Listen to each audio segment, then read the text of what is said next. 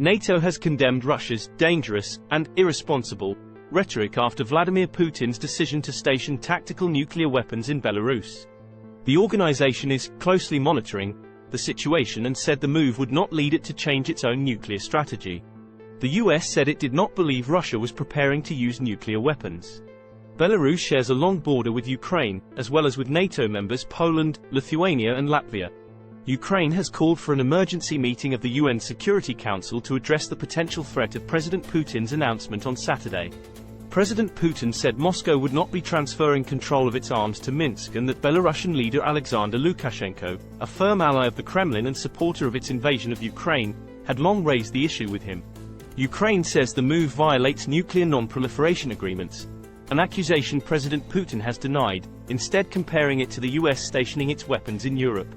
But NATO on Sunday described Russia's reference to nuclear sharing as misleading. NATO allies act with full respect of their international commitments, NATO spokesperson Oana Lungescu said.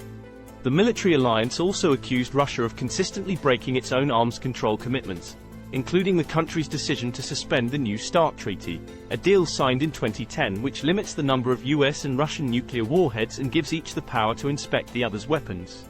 EU Foreign Policy Chief Josep Borrell urged Belarus to opt out of the deal with Putin, warning the country could face further sanctions if it went through with it. Belarus can still stop it, it is their choice, he wrote on Twitter. What is NATO and why is Finland joining? No Ukraine offensive without more weapons, Zelensky. On Sunday, a top security advisor to Ukrainian President Volodymyr Zelensky accused Russia of making Belarus a nuclear hostage. Oleksiy Danilov wrote on Twitter that Russia's plans were a step towards internal destabilization in Belarus and predicted anti-Russian sentiment in the country would grow.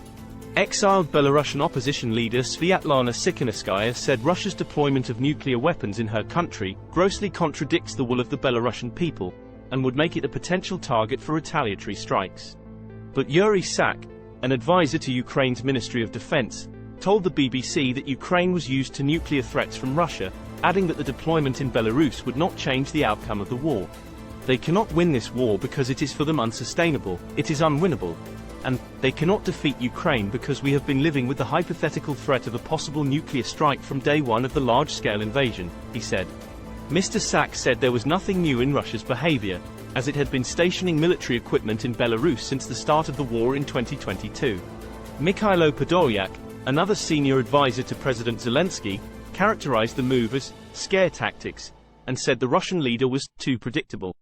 Analysts at the US think tank Institute for War said the risk of escalation to nuclear war following the announcement remained extremely low. A small number of Iskander tactical missile systems, which can be used to launch nuclear weapons, have already been transferred to Belarus, President Putin said in his address on Saturday. This will be the first time since the mid-1990s that Moscow will have based nuclear arms outside the country. The Soviet Union's collapse in 1991 meant weapons became based in 4 newly independent states: Russia, Ukraine, Belarus and Kazakhstan, with the transfer of all warheads to Russia completed in 1996. Russia will start training crews to operate the weapons from next week.